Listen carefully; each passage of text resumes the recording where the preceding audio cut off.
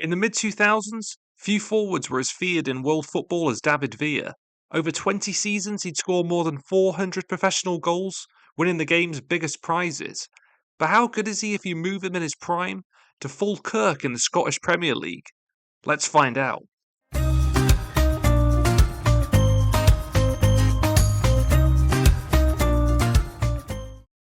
Just like that, David Villa has arrived in Falkirk. This is a historic club in Scotland, but success has been limited. They've won 2 Scottish Cups and a League Cup. Maybe the Spaniard can help them get their hands on some more silverware. Attribute-wise, he's absolutely elite. Not just a technically great finisher, mentally he excels too. In front of goal, he rarely makes the wrong decisions and has the composure to find the right finish. His squad isn't the most stacked though. They do have a couple of familiar faces in there. In the heart of midfield, a young Scott Arfield should provide some quality. With more game time, he should become one of the league's leading midfielders. But we're going to need everybody to perform. In reality, this was a pretty bad season for Falkirk. They amassed just 31 points over the entire campaign and were relegated out of the division. Where they really seemed to struggle was goal scoring.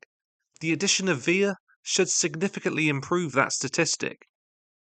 Tactically, we're going to line up with a 4-4-1-1. Villa will be up front and behind him Scott Arfield. I've instructed the team to try and play with a solid defensive foundation, and where possible, look to counter-attack. Even if we don't create many chances, Villa should be able to convert enough for us to stand a chance. Let's move through the season and see what happens. In his debut with the club, Villa would hit a brace against Fulham in the Europa League.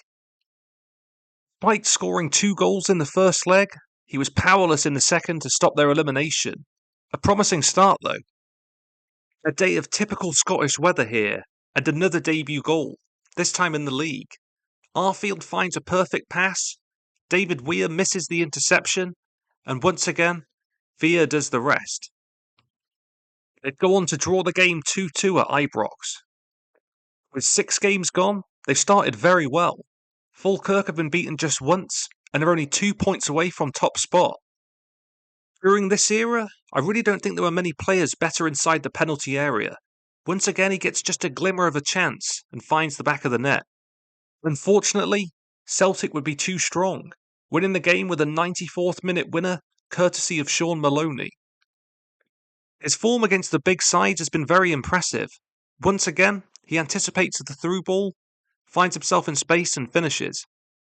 His 2 goals were enough and earned another valuable 3 points. Rapidly approaching the halfway stage, Falkirk have fallen off slightly, but are still sitting pretty in 6th. Remarkably, after 18 games, they've only lost 5 of them, and have accrued a negative goal difference of just -4. Let's continue. A few weeks later, there was a crucial clash against Motherwell. Villa stepped up and hit one of his best goals of the season yet, an audacious chip.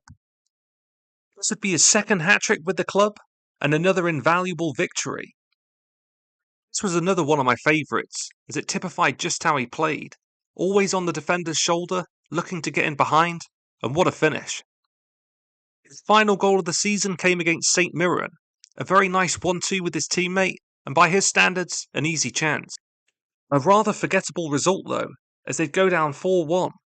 But how did Villa perform over the entire season? In all, he played 42 matches for Falkirk, amassing 35 goals and assists. He earned 9 Man of the Match awards and proved to be a thorn in the side of defenders. One particularly impressive part of his season was towards the end.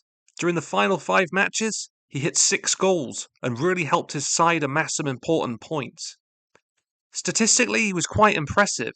His shot conversion percentage was 22.6. He was a little wasteful in possession though, only completing 64% of his passes. Between 1998 and 2010, only one player would win the SPL Golden Boot who didn't play for an old firm club. That was Chris Boyd at Kilmarnock. Villa would become the second, as he won the top goal scorer award. 25 goals in all, and over the whole campaign, these led directly to Falkirk picking up 30 points. But considering they only managed 52 in the entire season, it's safe to say David Villa had a heck of an impact. With the Spaniard, they've improved their points total by 21. They've scored 15 more goals and conceded 6 less. Rather than be relegated out of the top tier, they're sitting comfortably in 7th place. Celtic and Rangers once again ran away with the league, but 3rd place Kilmarnock are only 12 points away from Falkirk. One of my personal favourite players of the last few decades, and one who in my opinion doesn't get the recognition he fully deserves. A formidable forward and a great natural finisher. Here in Scotland he proved that once again.